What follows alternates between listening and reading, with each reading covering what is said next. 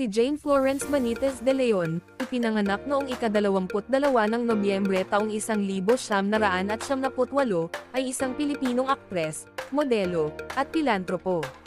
Sinimulan niya ang kanyang karera sa pag-arte sa Star Magic noong 2015, kung saan gumanap siya sa mga minor na papel bago mapansin sa Halik, 2018, at Ang Probinsyano, 2021.